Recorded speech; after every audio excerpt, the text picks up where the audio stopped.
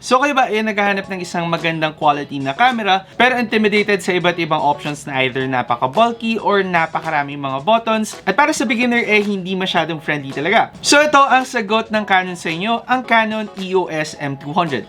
Hello, ako si Alvin, ang inyong tech guide, tech tips, reviews, and guides. At today pag-usapan natin kung ano nga ba ang kinaganda ng Canon EOS M200 at bakit siya nababagay para sa mga beginner users. Tara, try natin to.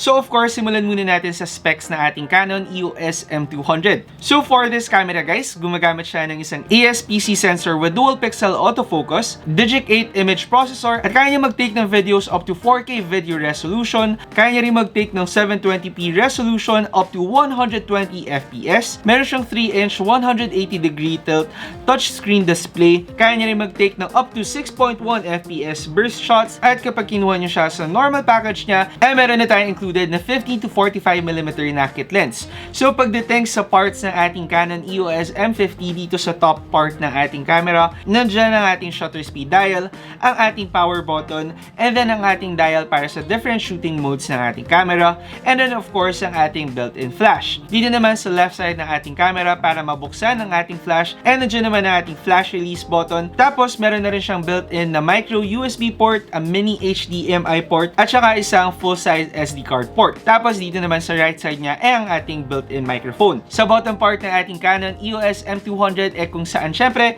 natin siya pwedeng i-attach sa kanyang tripod, and of course ang lalagyanan ng ating battery. Sa backside ng Canon EOS M200 matatagpuan ang kanyang menu button, ang kanyang mga settings, ang kanyang play button, ang record button, and of course again nga ang kanyang 3-inch na touchscreen. Sa harap naman ng camera natin, of course ang kanyang lens mount, at saka finally ang kanyang lens release button. So pagdating sa physical parts ng ating Canon EOS M200, yun na lahat na makukuha natin dito sa camera na to. And of course, pag-usapan natin yung mga bagay na nagustuhan ko dito sa Canon EOS M200 and yung mga possible na compromise na makukuha natin while using this camera. And of course, bibigyan ko na rin kayo ng suggestions and tips paano nyo ma-overcome yung mga compromise na yun. So first, dun muna tayo sa mga pros na na-experience ko with the Canon EOS M200. Para sa akin, this camera delivers yung mga essentials na hinahanap natin when it comes to videography and photography, which is why masasabi ko nga na this camera is perfect para sa mga beginners na naghahanap ng isang magandang performing camera pero ayun nga super intimidated doon sa mga talagang napakalalaki na mga SLR and sa mga mirrorless na sobrang daming dial and sobrang daming parts na para sa beginner talagang hindi mo alam paano gagamitin. For a beginner, yung performance niya outright is basically kung ano yung makukuha natin sa ibang mga cameras na mas mahal sa kanya. With a 24 megapixel ASPC sensor, nakakakuha tayo ng magandang camera performance on this one, at saka with a 15 to 45mm kit lens na included, tamang-tama na naman ito, lalo na kung nangangapa pa lang talaga tayo using our cameras. Since zoom lens kagad yung included sa ating camera, of course, mas makakapaglaro tayo when taking photos, hindi na necessary yung lalapit ka para sa mga pictures mo, kasi in some lenses na tinatawag nating prime lens, kailangan mo pa talagang lumapit if you want to take a closer shot on your subject. Of course, with a 24 megapixel camera guys, maganda din yung mga output na nakukuha natin, maganda din yung detail, and ang main advantage nito versus taking photos with your cellphones,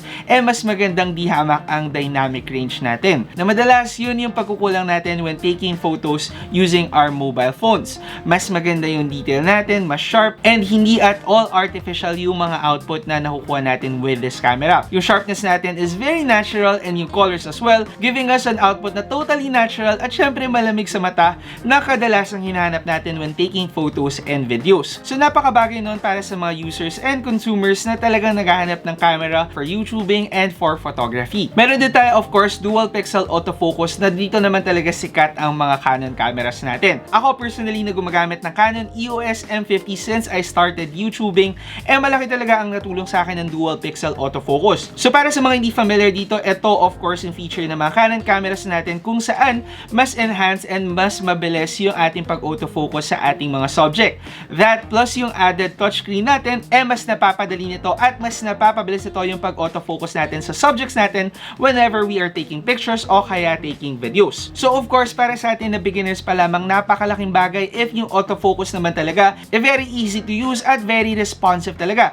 Especially sa mga cameras na mas affordable as compared doon sa ginagamit ng mga professional photographers. Again, ayun nga, yung mga essential para sa mga beginner users. Isa pa sa nade-deliver ng Canon EOS M200 is yung ability niya to capture videos up to 4K video resolution. So kung sakaling na gusto nyo mag-dwell into editing at 4K, pwedeng-pwede nyo yung makuha dito sa ating Canon EOS M200. Of course, hindi naman siya ganun ka-necessary kasi ako personally, I shoot videos at 1080p, pero at least it's good to know na meron tayong ganung option dito sa Canon EOS M200. However, kailangan lang din nating i-note na whenever we are shooting videos at 4K, mas bumabagal yung autofocus natin. So ako talaga, I prefer shooting videos at 1080p when using my Canon camera. Ito naman ngayon guys yung video footage natin using yung 4K video resolution ng Canon EOS M200.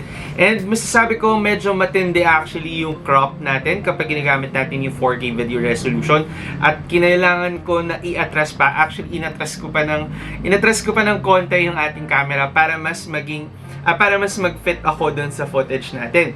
So personally, para sa akin, mas maganda yung 4K video resolution kapag naka-sit down videos tayo kasi pagdating sa autofocus niya, mas mabagal siya compared kapag kumuha tayo ng videos using 1080p or even less. So basically guys, when it comes to output, nade-deliver ng ating Canon EOS M200 yung mga output na kaya nating makuha from cameras na mas expensive pa sa kanya. And if ever na plano nyo mag-dwell into videography o kaya photography, then this camera is a good option for you. But then again, bakit ko nga ba nasabi na mas user-friendly ang ating Canon EOS M200 as compared doon sa ibang mga cameras na available sa atin ngayon? Sabi ko nga, pagdating sa mga buttons natin, mas simple and straightforward siya.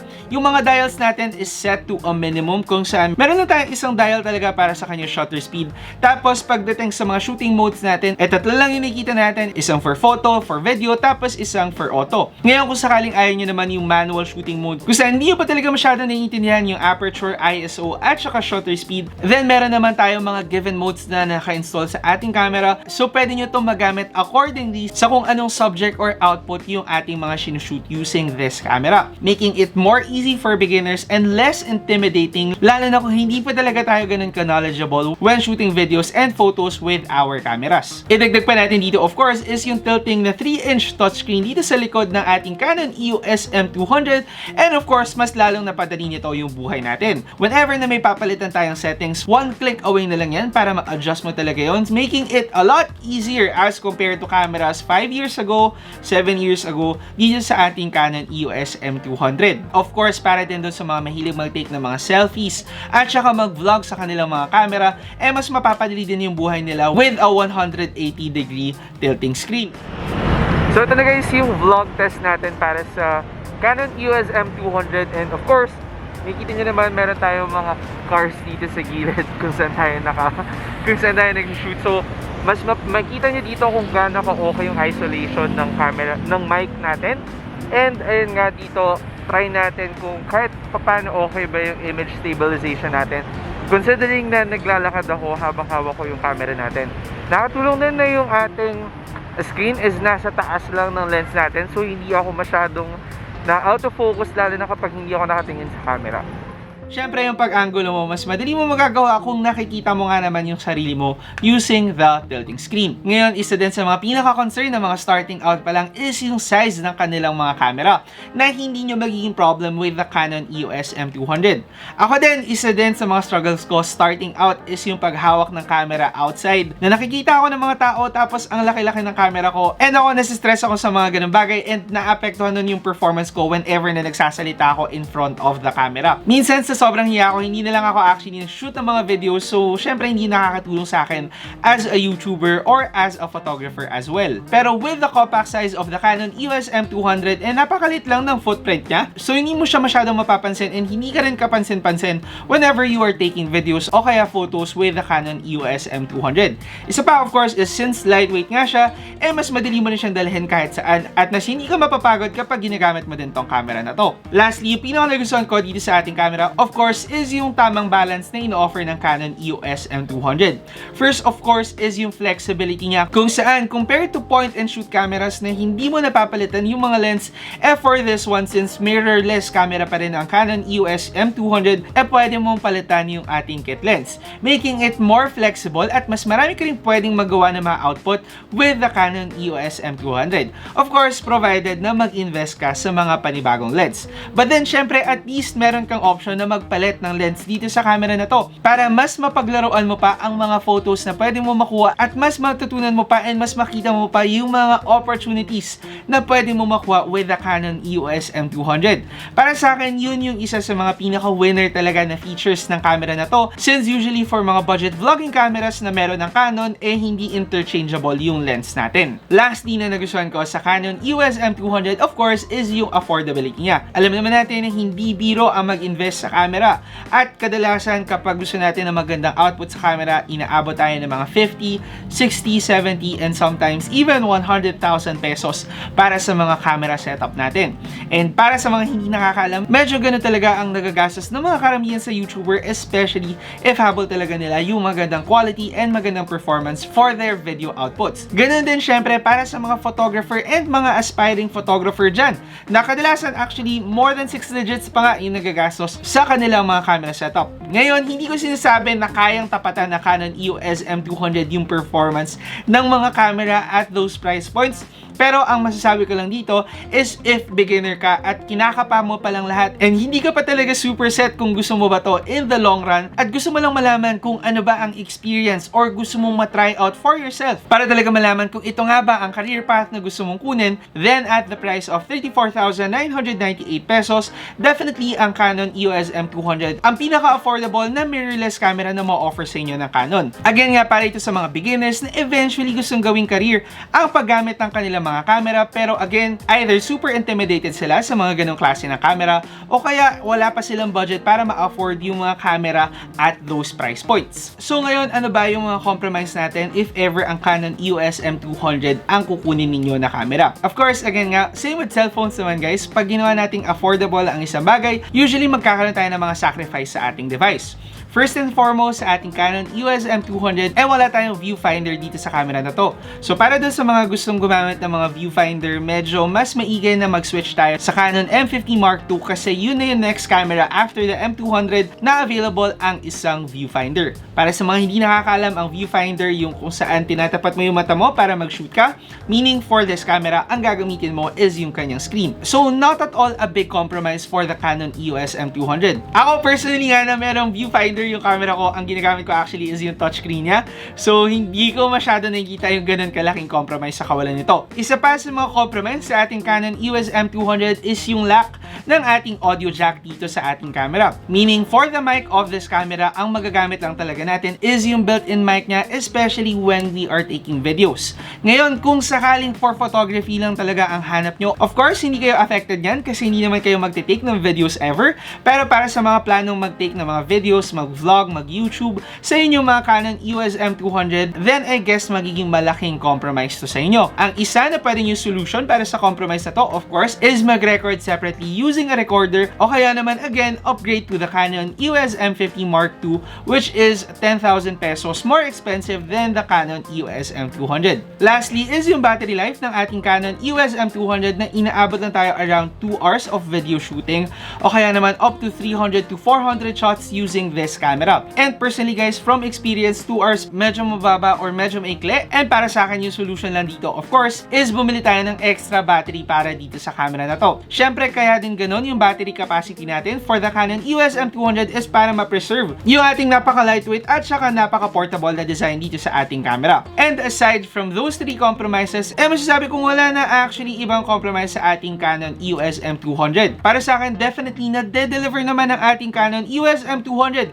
ang essentials na hinahanap natin, especially when we are beginners sa ating industry. Lalo na kung, again nga, intimidated tayo tayo doon sa ibang mga features and of course prices nung mas high-end pa at saka mas professional na cameras na binibigay sa atin ng Canon. And for the price of the Canon EOS M200, ano nga ba ang masasabi ko dito sa camera na to? Personally, para sa akin, isang magandang balance ang Canon EOS M200 and magandang entry point para sa mga aspiring vloggers, YouTubers, and photographers dyan na ay nga hindi pa ganun ka-sure kung gusto ba talaga nila mag-invest ng sobrang laking pera para sa isang napakagandang camera setup. At least with the Canon EOS M200, mas maganda ang performance na to over camera phones, pero hindi rin naman talaga wawasakin yung ating mga bank account kapag dito tayo nag-invest. Isa pa niyan, again, gustong-gusto ko talaga is yung interchangeable lens option natin dito sa camera na to as opposed doon sa mga point and shoot camera. And if ever kayo nga nangangapa pa lang, gusto niyo lang ng isang magandang performing camera, gusto niyo yung basics lang talaga at hindi ganun ka-intimidating yung mga controls, and napakagandang option talaga sa inyo ng Canon EOS M200. Not at all intimidating for a very good output na nade-deliver ng ating Canon EOS M200.